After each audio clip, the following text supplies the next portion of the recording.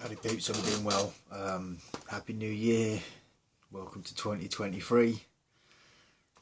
Let's roll. So this video, I did actually do another video, but I think I'm going to do a combination because there's a couple of things that I want to talk about. And unfortunately, it does mean going over old ground, but I do think there is at least one motherfucker out there that needs to hear this shit about toxic relationships, the likes, and all of this. And I'm going to use what I went through as an example, so maybe they can see the similarities where it's a thing. So, usual sort of scenario, you meet someone, right? Now obviously I was introduced, but whatever, you meet someone. You think, oh, they're really nice. And so the general sort of MO, modus operandi, how they operate, how they work, how they do things is, you know, they'll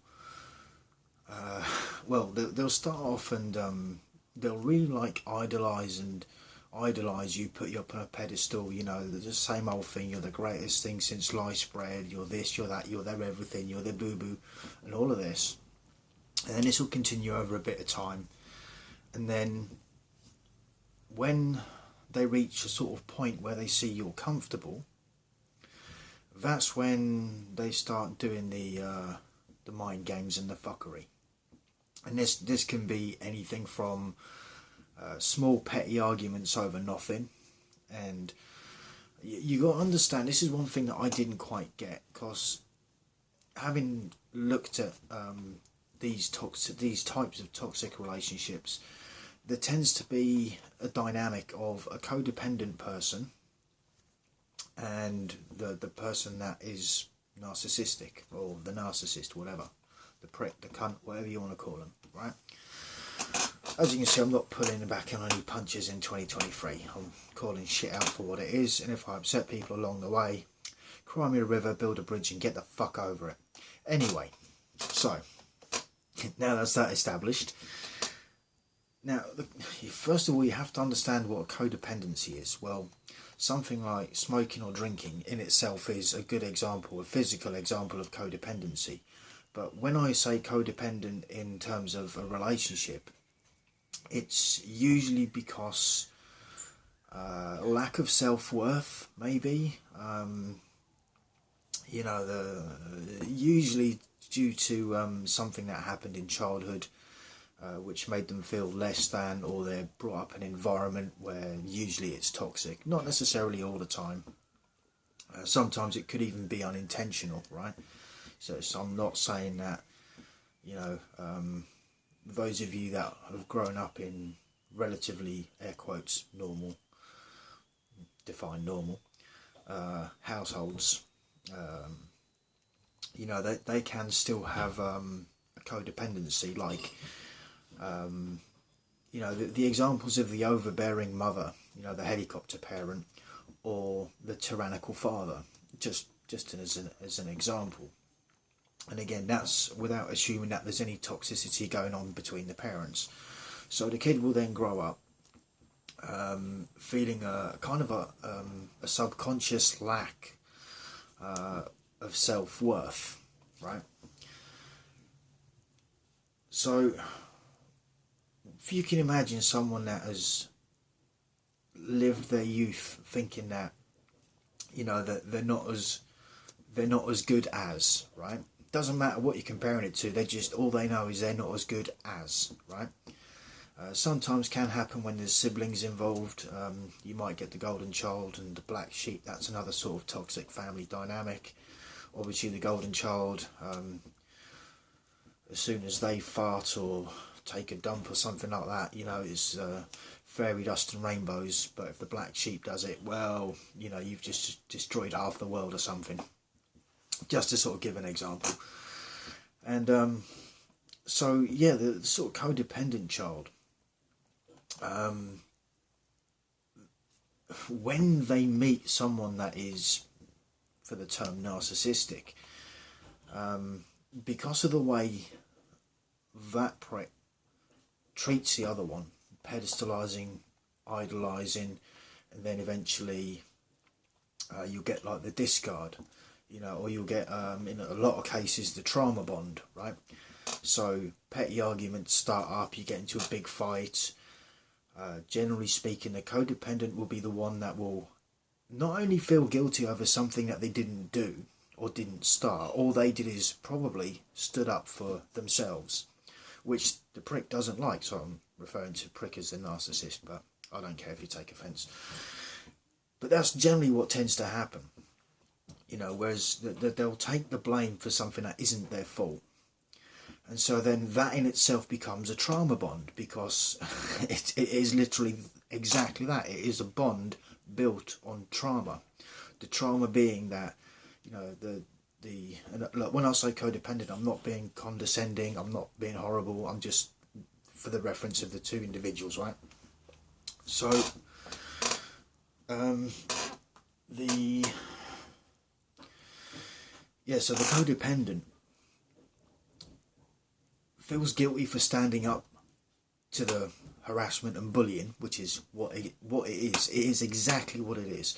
And the ironic part is, a lot of the time, codependents in this example, a lot of the time they can pick out the problems with other people's relationships, where their friends or colleagues or whatever might be in a toxic relationship. I say colleagues, friends loosely. Friends, co-workers are not your friends, just saying. Just saying. But still, they can pick out and give their friends advice. Oh yeah, well, probably shouldn't be in that relationship because... And this is something that, a lot of us can do so because we're not in that situation. We're not subject to that situation. We're observers from the outside, so it's easy for us to say, well, in the meanwhile, the codependent is thinking, oh, but my baby boo, oh, but she's so cute, or he's so great, or whatever the case may be, right?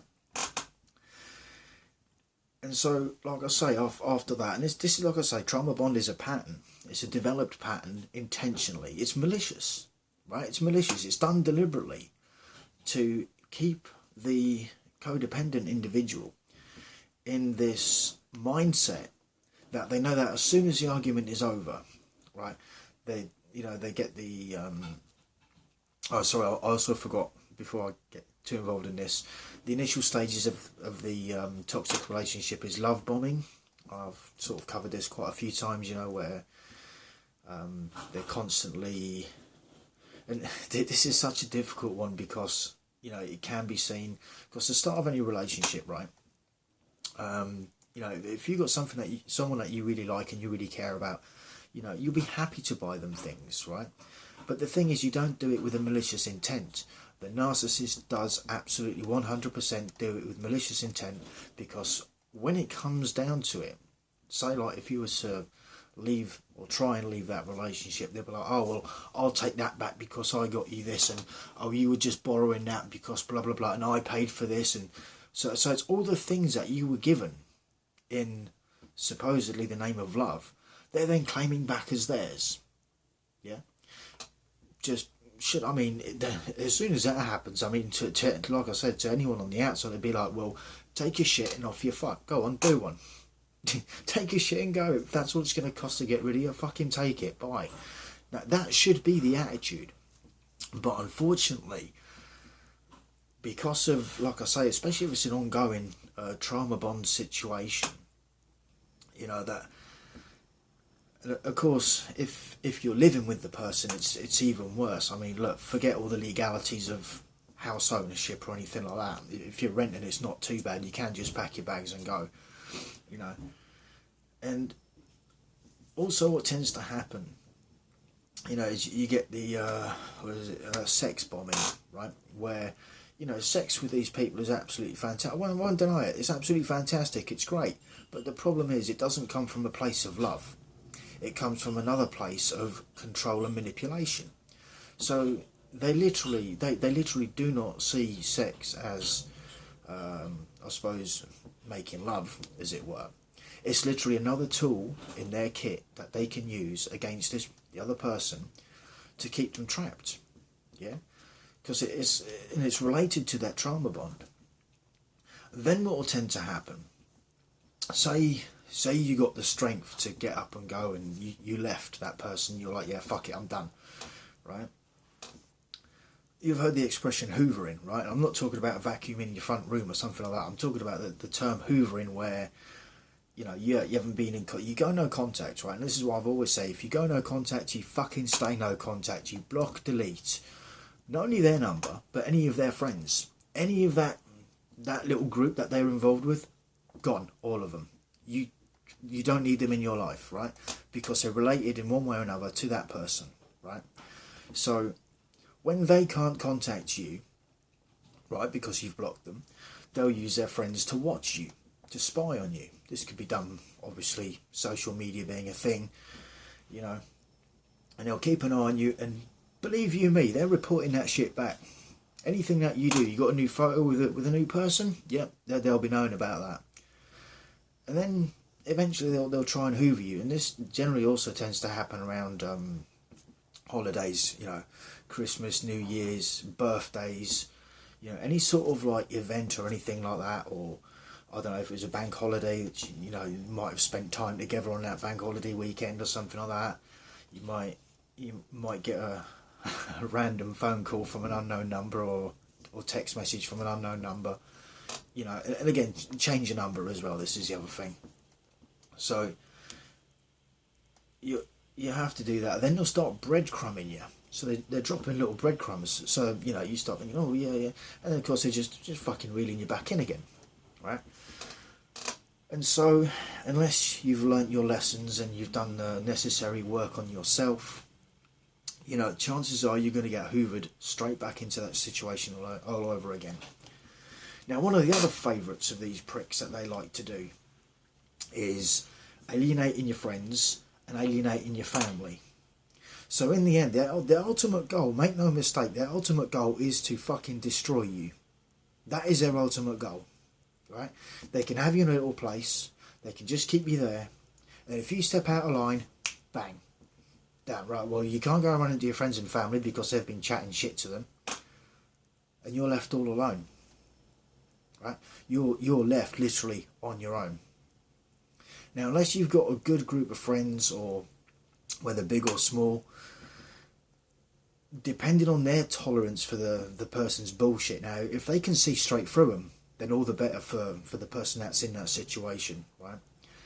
If they can see straight through the prick and all the bullshit that they're trying to pull, brilliant. But if they don't, that's when you're left on your own. That's when you've got a fucking big problem.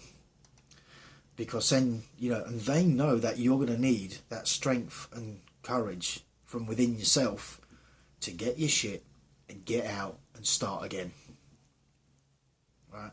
And it will be the same old thing. Now, the other thing with this is, make no mistake about it, you're not their first greatest love, right?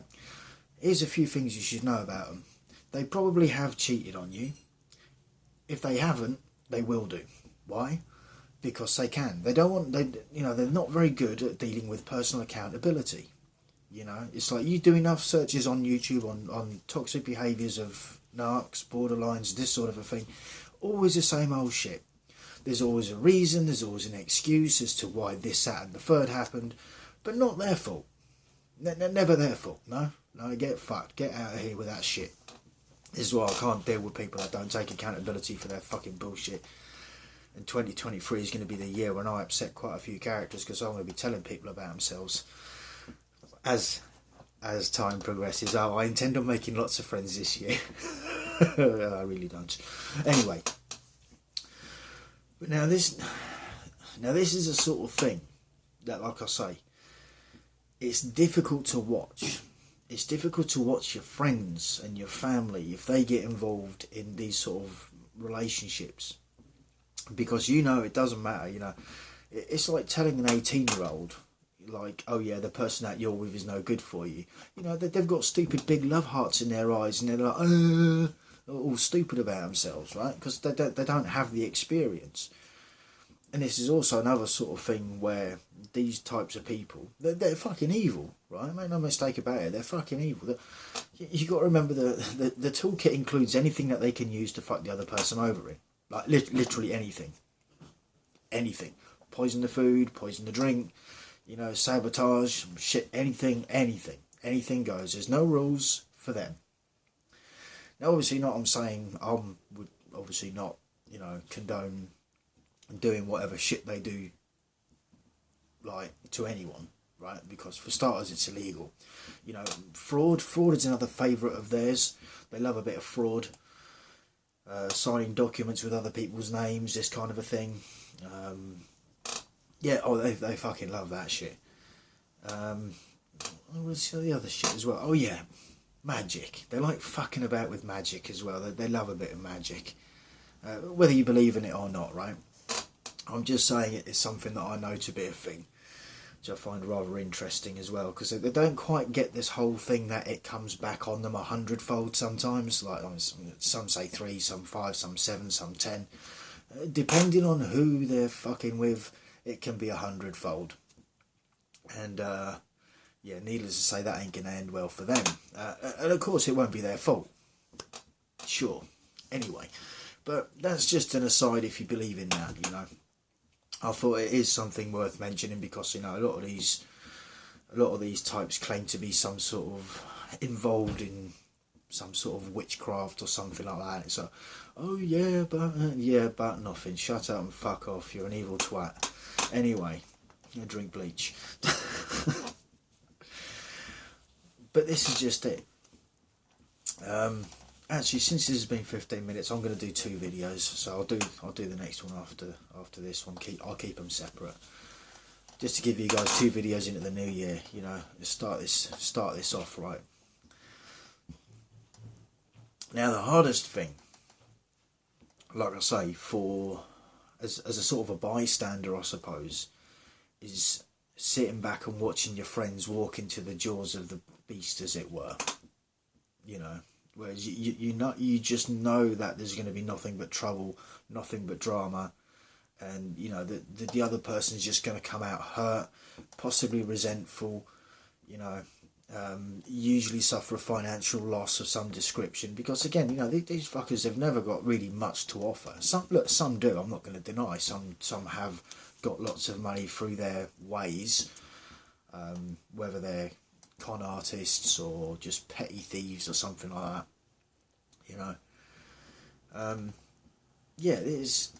So some of them will have money, but you see that the lower on the sort of lower vibration that they are at, some of them, you know, it will be that thing of, whereas they can't even hold down a job, right? This is a funny thing, right? Is a lot of the time that they'll promise you the earth. Right, they'll promise you the earth and they'll deliver you nothing other than heartache, pain and grief and your own financial loss, and probably the destruction of your own property. They're like breaking your stuff as well, by the way. I just thought I'd throw that one in there from my recollections. They love it. They do it as a test as well, to see, you know, checking your boundaries. So they'll get something small and break it, and they'll be like, oh yeah, well I was doing this and I accidentally dropped it, or I was doing that and I accidentally whatever. And they're gauging your reaction. And you can't win with this one either way either. You see, if it's something sentimental, right? Something like that. Something which might not be easily replaced for whatever reason, or maybe it's something expensive. Now, if you lose your shit at them, what do you think is going to happen? Well, they're going to lose their shit back. And they'll be like, oh, I can't believe you're being so horrible to me. And it's like, fucking cunt, you know you did that on purpose. You know you did that on purpose.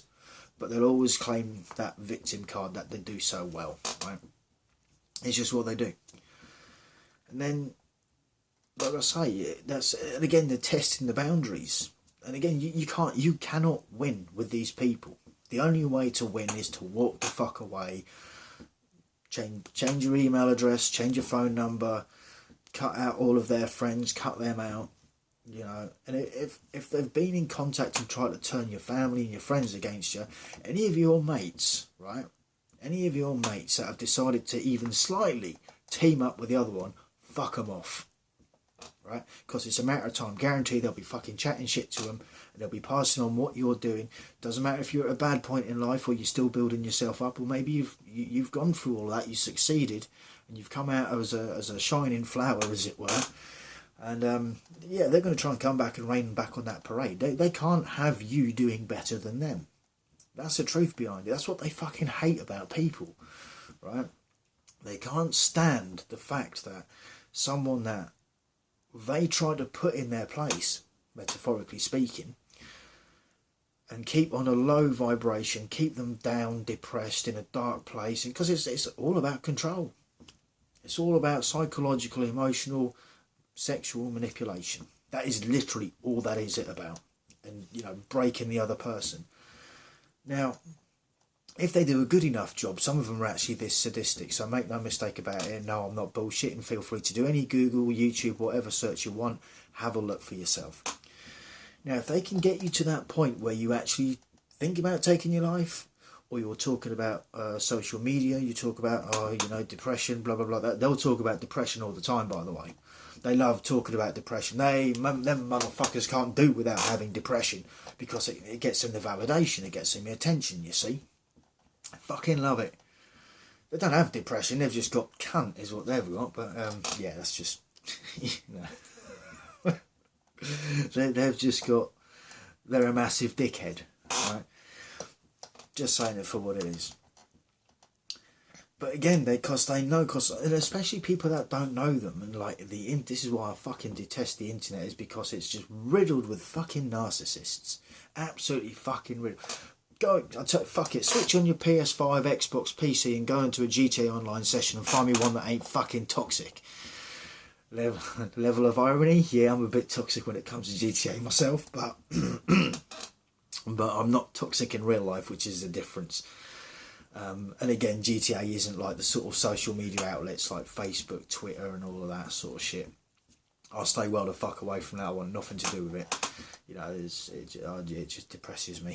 It's like there's all these people and it's like fucking really, like, yeah. And the worst part is you see it for what it is, you know, especially like once you've been through it, if you've been through these relationships and you've healed from it, and again, doing the work on yourself is absolutely imperative. Don't even think about getting involved in another relationship until you've done the work on yourself, because guaranteed you could be taking some shit back from that last relationship, you know.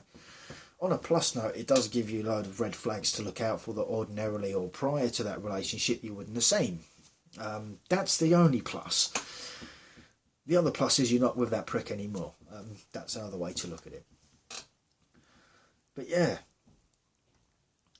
and like I say, it's just the absolute mindfuckery that these twats come up with is absolutely fucking unreal. It really is. It's just something else. Oh, you get other shit like, you know, you'll say something, it's like, oh yeah, you're twisting my words, you didn't say that, you said this, you didn't do that, you did this. Gaslighting you, right? Getting you to second guess yourself. Again, part of psychological manipulation. That is literally what it's about. Literally. You know, text messages. Fucking forget trying to send text messages to these pricks when you're having an argument with them, because you can write I love you, just as an example, right? And they'll still twist that shit around even if you fucking meant it. You know, be like, oh, well, you're just saying that because you're trying to get out. Well, fuck you then.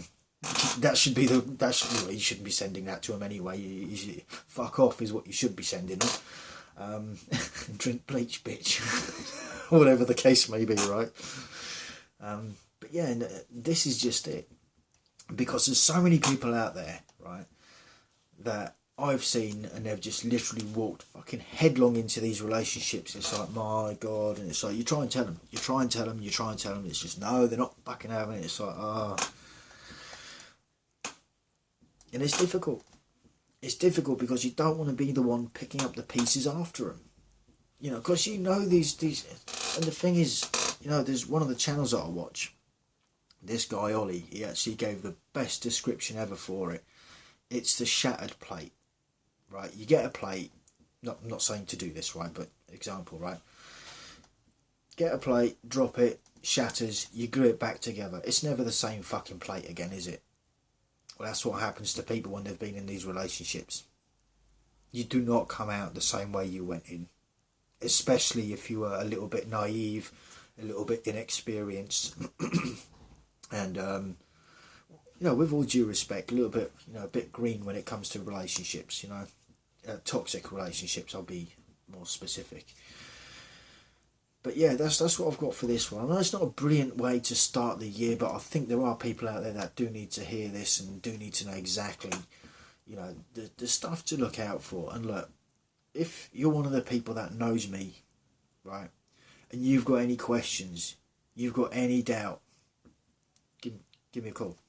Like, I'm not even fucking about. Give me a fucking call, right? Because I know there's some of you out there that are, you know, you're considering things and it's like, this ain't gonna fucking end well.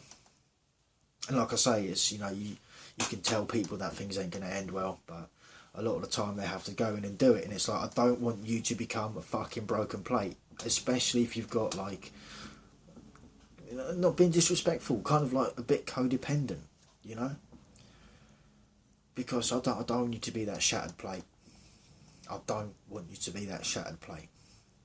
So, anyway, thoughts, comments and opinions, feel free to jot them down. As always, until the next one, stay cool, stay free. Peace out.